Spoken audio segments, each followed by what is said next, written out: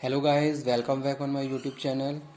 Today we are going to start a video lecture on the topic of phase of strategic management in strategic management and business policy. ठीक है, start करते हैं आज का video lecture face of strategic management.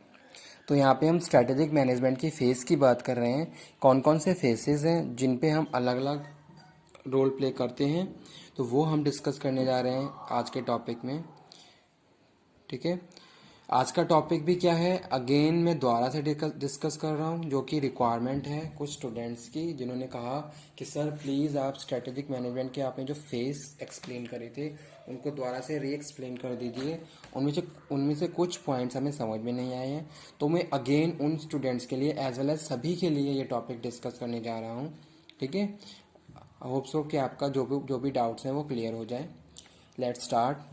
तो यहाँ पे मैंने क्या है, स्ट्रेटेजिक मैनेजमेंट के फेस बना दिए हैं ब्लॉक में, जहाँ हम फर्स्ट वन है एस्टेब्लिशमेंट ऑफ स्ट्रेटेजिक इंटेंट। ठीक है, फर्स्ट फेज क्या है, establishment of strategic intent. Second one यहाँ पे हम बात कर रहे हैं किसकी, formulation of strategy. Third one is implementation of strategy, और लास्ट है स्ट्रेटेजिक इवेल्युएशन। इन सभी फेज को हमने कनेक्ट किया है किसके साथ, स्ट्रेटेजिक कंट्रोल के साथ। ठीक है, तो अगर सिंपली मैं आपको समझाऊं किसी भी स्ट्रेटेजी के बारे में, तो हमें क्या करना है, अपनी ऑर्गेनाइजेशन के लिए जो भी हमारे स्ट्रेटेजिक इंटेंट हैं उनको कंप्लीट करने के लिए, उनको अचीव करने के लिए हम क्या करेंगे, एक बिजनेस प्लान रेडी करेंगे। ठीक है, डिसीजन मेकिंग करेंगे, और उसके बाद हमने क्या करा, प्रॉपरली सारी चीज़ों को कंसीडर करते हुए सभी फैक्टर्स को, चाहे हम इंटरनल फैक्टर्स की बात कर रहे हैं चाहे हम एक्सटर्नल फैक्टर्स की बात कर रहे हैं, सभी को हमने कंसीडर करते हुए स्ट्रेटेजी को फॉर्मुलेट किया। ठीक है, अब आपने स्ट्रेटेजी को फॉर्मुलेट कर लिया अकॉर्डिंग टू योर ऑब्जेक्टिव्स और योर गोल्स, फिर आप क्या करोगे, उस स्ट्रेटेजी को इम्प्लीमेंट कर दोगे। ठीक है, इम्प्लीमेंट करोगे, इम्प्लीमेंट करना भी उतना ही ज़्यादा इंपॉर्टेंट है जितना ज़्यादा स्ट्रेटेजी फॉर्मुलेट करना है। कभी कभी क्या होता है, स्ट्रेटेजी को हम फॉर्मुलेट तो कर लेते हैं लेकिन इम्प्लीमेंटेशन में बहुत सारी प्रॉब्लम्स आती है, जिसकी वजह से प्रॉपरली इम्प्लीमेंटेशन नहीं हो सकता।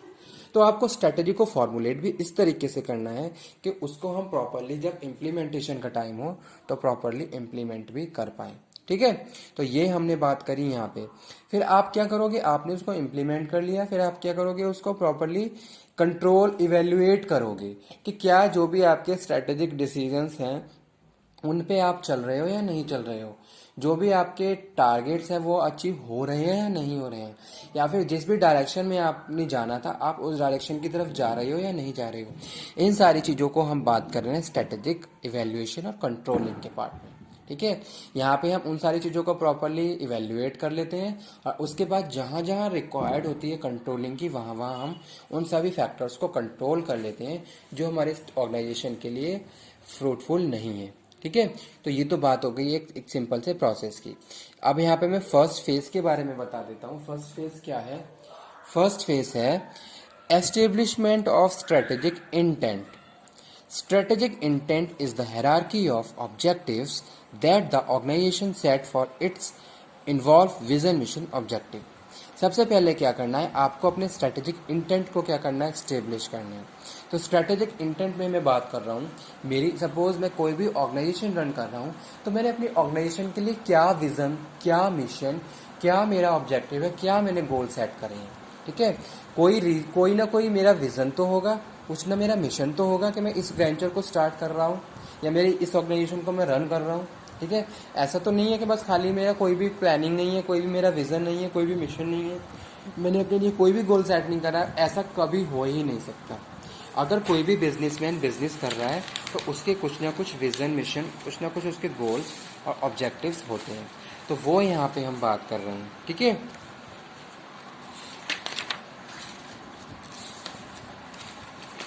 एक मिनट रुकिए,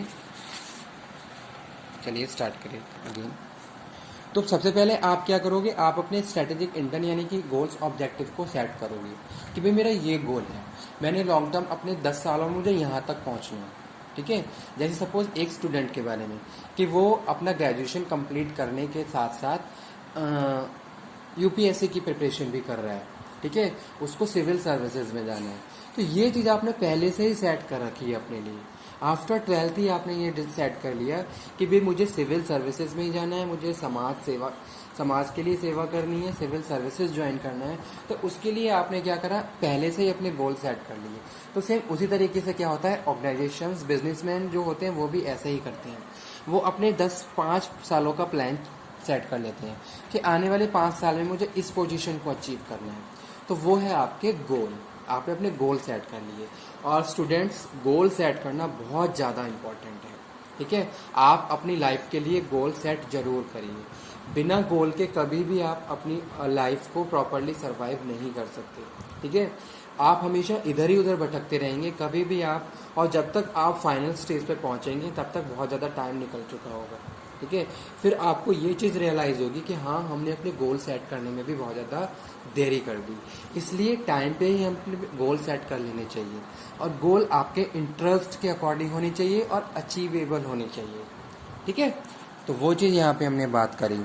सेकंड है formulation of strategy, that means devising the strategy, also know the strategic planning stage, analytical phase plan and decide best course of action. ठीक है, तो यहाँ पे हम क्या कर रहे हैं, स्ट्रेटेजी की फॉर्मुलेशन की बात कर रहे हैं। उसी के हिसाब से आपने क्या करा, स्ट्रेटेजी को फॉर्मुलेट करा।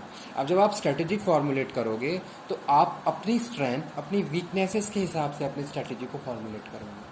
जैसे सपोज किसी स्टूडेंट के बारे में बात कर लेता हूँ अगेन फिर से, कि भी मेरा स्टेमिना 7-8 घंटे पढ़ने का है, या फिर मैं जॉब के साथ स्टडी प्रिपरेशन कर रहा हूँ, तो आप उस हिसाब से अपनी अलग अलग स्ट्रेटेजी पे काम करोगे। तो इस हिसाब से क्या है, सबकी अलग अलग स्ट्रेटेजी होती है।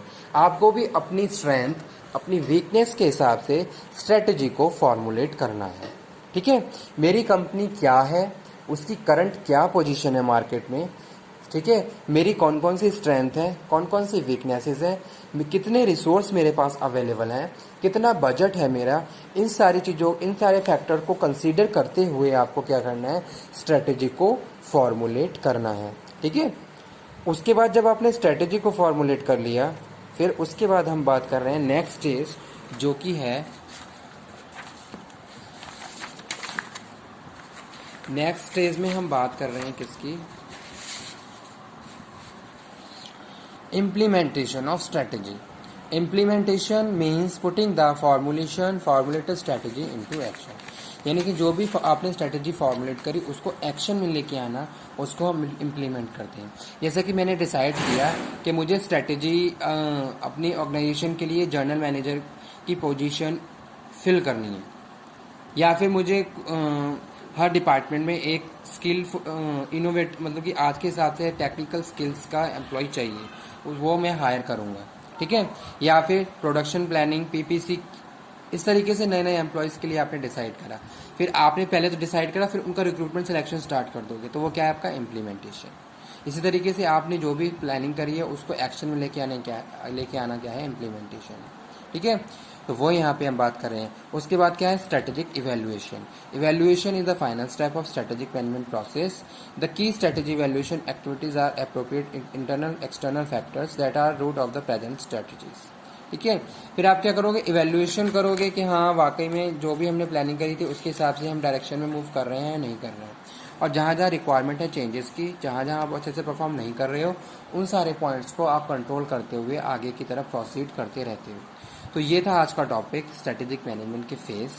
होप सो आपको कंप्लीट समझ में आ गए होंगे। अभी भी कोई प्रॉब्लम है तो प्लीज़ आप फिर मुझे बता दीजिए। ठीक है, okay, thank you very much.